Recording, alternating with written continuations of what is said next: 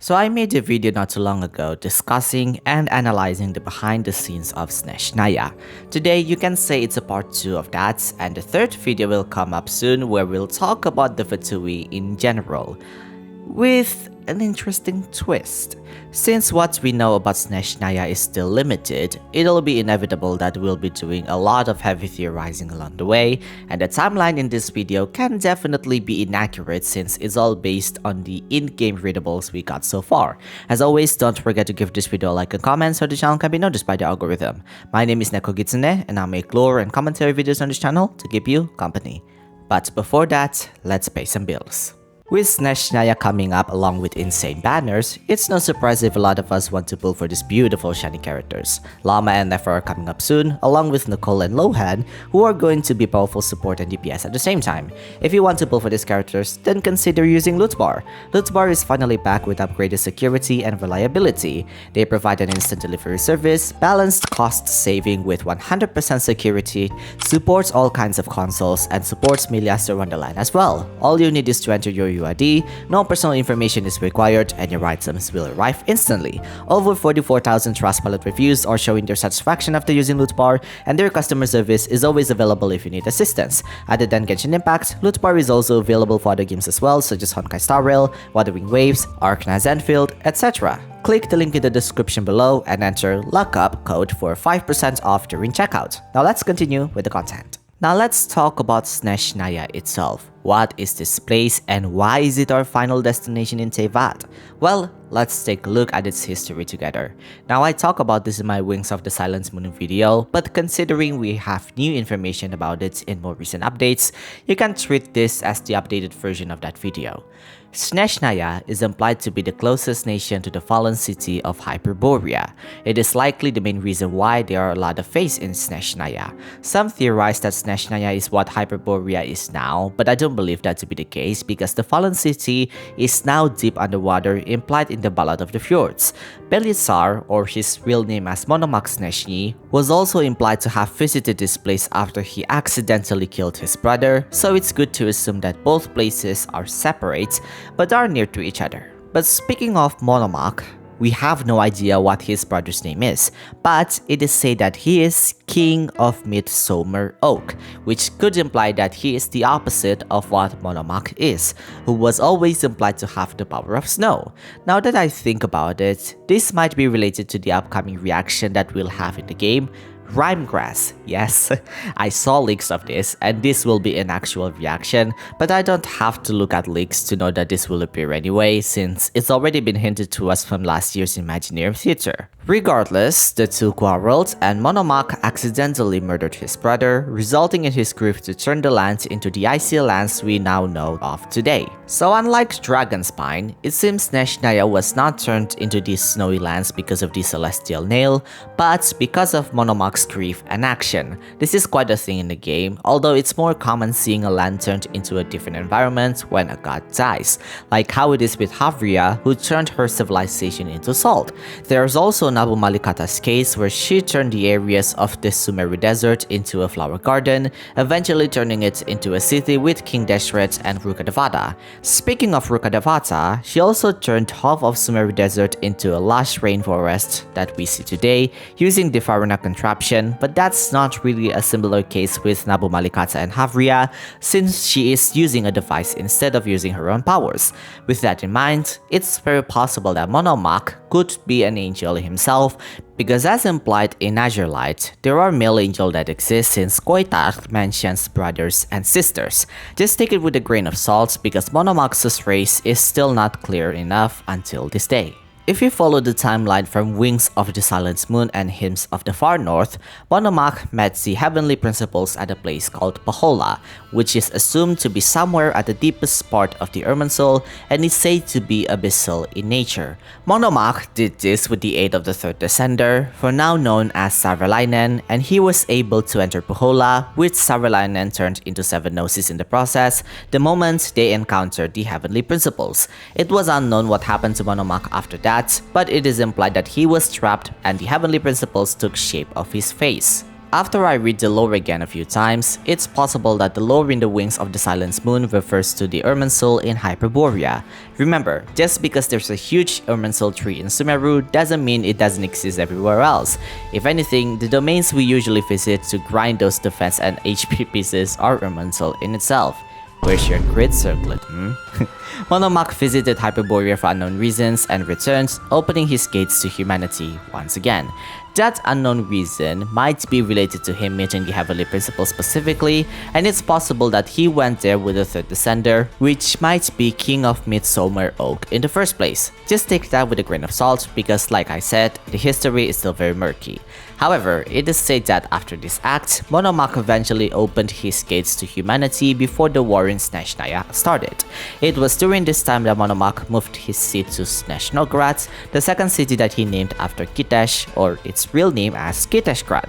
In order to restore the order of the world, the Archon War began in order to find anyone that has what it takes to become the Archon of each respective authority.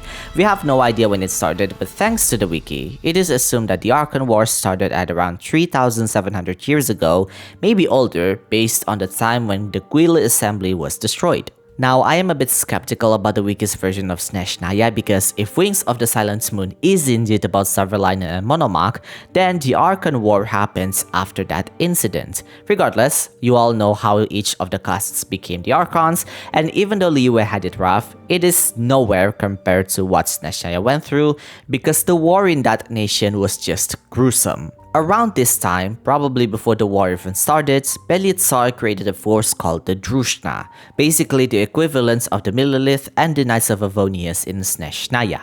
The war was described to have started at around cycle 428.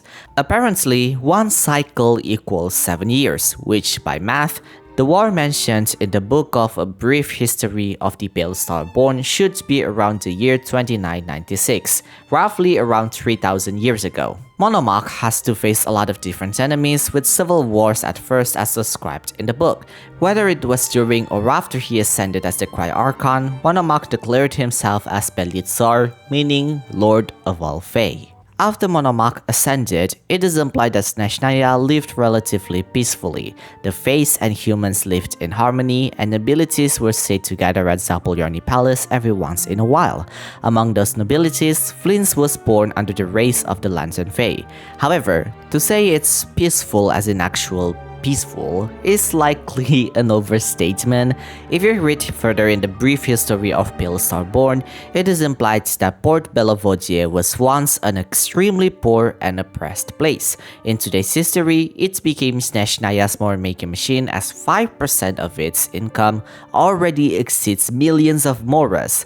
One of you pointed out that despite living in nobility, it's possible that a lot of the humans during Belyazar's reign were poorly oppressed by the Fae or even human nobility. Anyways, sometime around 500 years ago, a professor from Kainria named Rotwang, who soon changed his name into Rotfangi, approached Snezhnaya and joined the Snezhnaya nobility. He became Monomach's favorite, and despite already planning to overthrow the Heavenly Principles, Rotfangi's influence further pushed him into doing such, and the two worked together in their attempts to tear the false sky open. Rotfangi was tasked in heading to Notcry and was defeated there, and Monomach was implied to have been summoned to Kainria to purge the abyssal monsters there. Regardless of what happened, Monomach died during the Cataclysm, and the result of what happened there embittered the Archons. Anastasia Fyodorovna, who had not yet ascended at that time, witnessed everything that had happened in Kainria. As per Fenty, she was the most affected and deeply hurt by the actions of the Heavenly Principles and cut all of her ties with the Archons, including Fenty, who apparently she hated the most. After the Heavenly Principles fell asleep, Anastasia returned to Snezhnaya and declared herself as the Tsaritsa, ascending as the new Cryo Archon. Despite this, a lot of the Faes did not seek an audience during her ascension, and many of them cut ties with Snezhnograd after Monomach's passing. Some of them left Snezhnaya, including Flins himself, who eventually left for the Final Night Cemetery. It is heavily implied that the Faes who attended Anastasia's coronation had to give up their noble titles, thus beginning the fall of the Fae's Golden Age. The history of how Not Cry got its name started when Lofi, the first torch forger of the Lightkeepers, had an audience with Anastasia and requested to make the nameless lands at the time to become autonomous. Anastasia accepted the proposal, and it is also the time when the nameless lands received its new name as Not Cry. So even though it is still a part of Snezhnaya, it is technically a new region as mentioned in Yae Miko's birthday letter. We won't touch on that further as it is a completely different topic in itself. Regardless, during this time, the Tsarista disbanded the Drushna and created a new force under the name Fatui, meaning fools in Russian. The first member and director of the Fatui is Piero, who is a Kyrian sage, and he pledges his loyalty to Anastasia as they are able to understand each other really well. She also created a fortress near Snezhnaya for the Fatui named Glupov, meaning City of Fools. Under Anastasia's command, she dispatched the Fatui to several territories ruled under Fae nobilities and conquered the land. The Faes that did not seek an audience with Anastasia were then given a chance to hand over their authority, but they will keep their honorary titles of their aristocracy. Some were executed before they even answered, while some accepted the proposal. As the year went on, Anastasia created Snezhnaya and appointed Joanna Ivanovna, also known as Mage J in the Hexen Circle, to become a mayor in Snezhnaya. From what it is implied, Snezhnaya is likely the same thing as Palais Mimonia in Fontaine, where a lot of the administrative tasks were issued. Anastasia created this place to handle these tasks due to the absence of a lot of the Fae nobilities that have yet to seek her audience.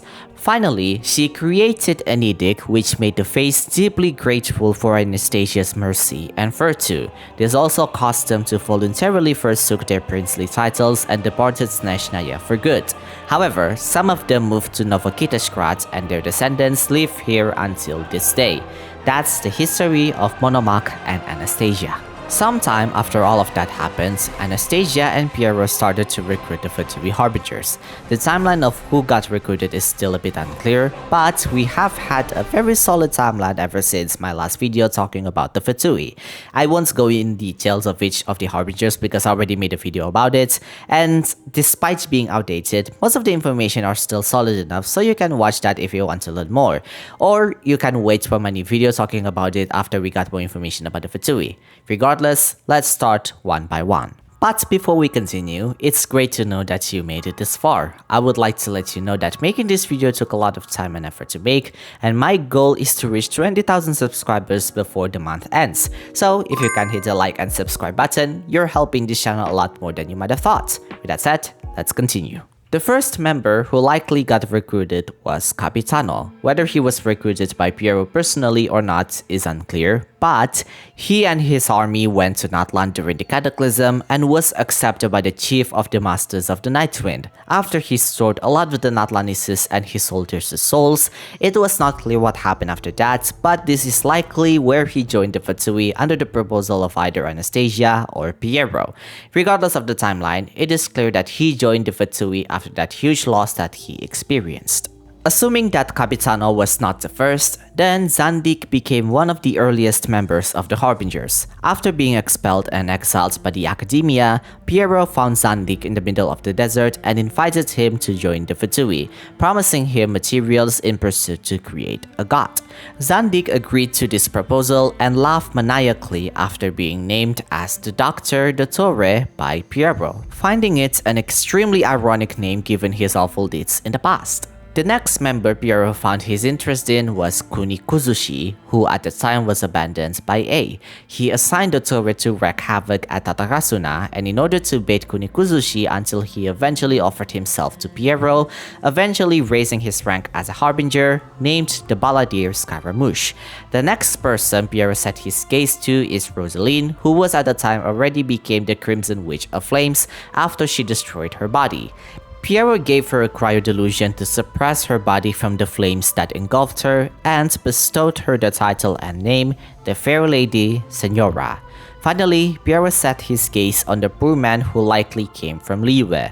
The man wanted to gain favors from the gods but was never given a vision. He, for some reason, hated Morak so much and wanted to become rich to the point he will surpass the gods of Mora himself. Finding the interest, Piero eventually recruits him and bestows him a title and name, the Recreator Pantalone. Sometime after the Cataclysm ended, Alan Guillautin died due to his old age, leaving Sandrone with Bologna.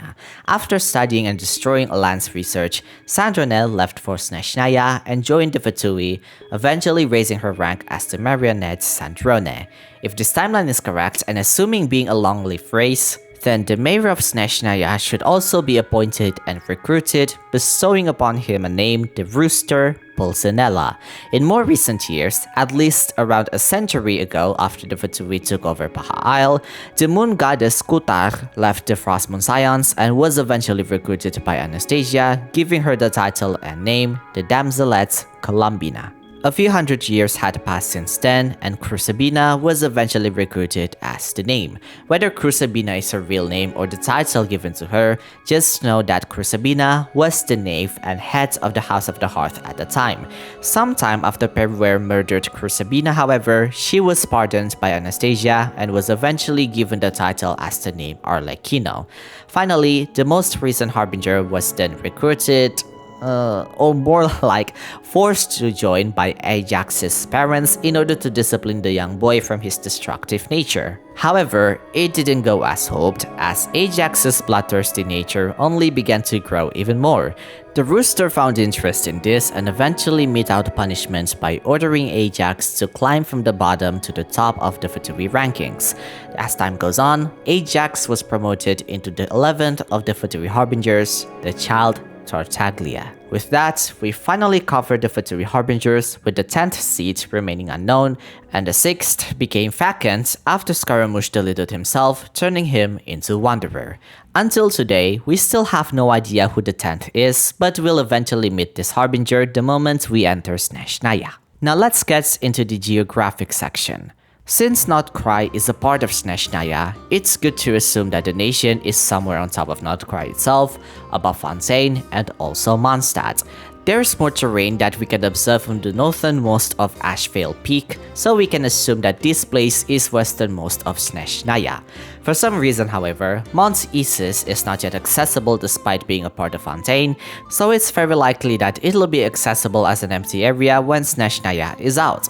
If that's not the case, then it'll be accessible if you get to learn more about Arlecchino, since it is the same area where the original House of the Hearth is located. Now, important to note that Arlecchino's boss area is not the House of the Hearth, but the battlefield where the kids face each other at.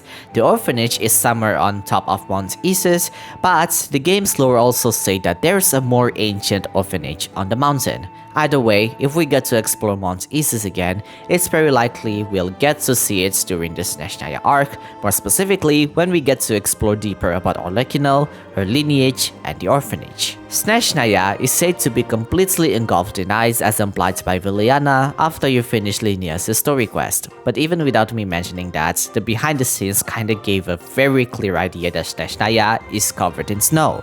There are a lot of industrial buildings here and there, which could imply that there will be a lot of hits when exploring the land. It's worth noting that Snezhnaya could have the same gameplay mechanic in Dragonspine, where we'll be experiencing sub-zero climate. However, it's possible that we'll be receiving a certain device that will combat cold, or maybe something similar like in Fontaine, where interacting with the Statue of the Seven is enough to let us dive underwater. We talked about Glupov not too long ago, and it is very possible that the small little houses and buildings near Snezhnograd is the city of Glupov itself. Considering that this place is literally meant for the Fatui to train, it is possible that this place might be not too different from the Kuvaki Experimental Design Bureau in Nordkrai. The developers mentioned that we'll be seeing a lot of well-trained Fatus in Snezhnaya, and we'll likely see that being the case in Glupov as well. As for the actual city itself, it's no doubt that Snezhnograd is likely going to be the largest city we will ever visit in Genshin Impact. I can already tell that it's likely going to be bigger than Fontaine, especially since since the city goes all the way to the back. The Book of Brief History of Pale Starborn implies that Zapolyorny Palace might be in Snezhnograd, since Monomakh moved his rulership there, and we couldn't see the palace based on the preview we got. With that said, it's possible that Snezhnaya might go all the way to the back of what we were shown. Now, it is said that according to Flintz's character story, the Adventurers Guild's main headquarters might be placed somewhere on the southernmost part of Snezhnaya. But if that's not the case, then it might be in Snezhnograd, with the Fatui likely holding some authority over it. Sandrone created the Catherine dolls, while Pantalone is the supplier of the commission rewards as implied by the Torre. Basically, Pantalone is our supplier for our gacha addiction. Thank you, Pantalone, as we say in unison. Speaking of Pantalone, I also mentioned Port Bellevodie just now, and we can expect it to look very glamorous in some way, since it generates a lot of money based on what we know. Since that being the case, Pantalone's base might be in here, and he might be the head of business in this port specifically. Speaking of that, this might also be near Morre Pesok, basically Tartaglia's hometown, where we can finally visit his house and meet his family. Finally, Novokiteshgrad. I mentioned this last because we'll likely visit this place on later patches and not during the early Snezhnayan patch. I only say this because Novokiteshgrad is likely a city near Hyperborea, where it's basically the Face's origins. It might be something similar to Petrichor and the Sea of Bygone Eras, where both are deeply connected, but as of now, my 2 cents is that both Novokiteshgrad and ruins of Hyperborea are close to each other. I also have to say that Novokiteshgrad basically means New Kitesh, which could mean that Kitesh was already destroyed during the civil war in Snezhnaya. I think this is a good time to end this video with a final question. Why is Snezhnaya our final destination in Teyvat? Well, I think the answer to that is obvious. The gnosis of each nation were taken by the Fatui, and it's up to us to stop them. However, we finally grew to learn that the Fatui are not as black and white as we thought, and they have their own plans to defeat the Heavenly Principles, which the Traveler themselves are not a big fan of. Besides, storytelling-wise, the point of this game is for us to find our sibling and defy fate. So what place is better to do that than the nation that is the embodiment of defying fate?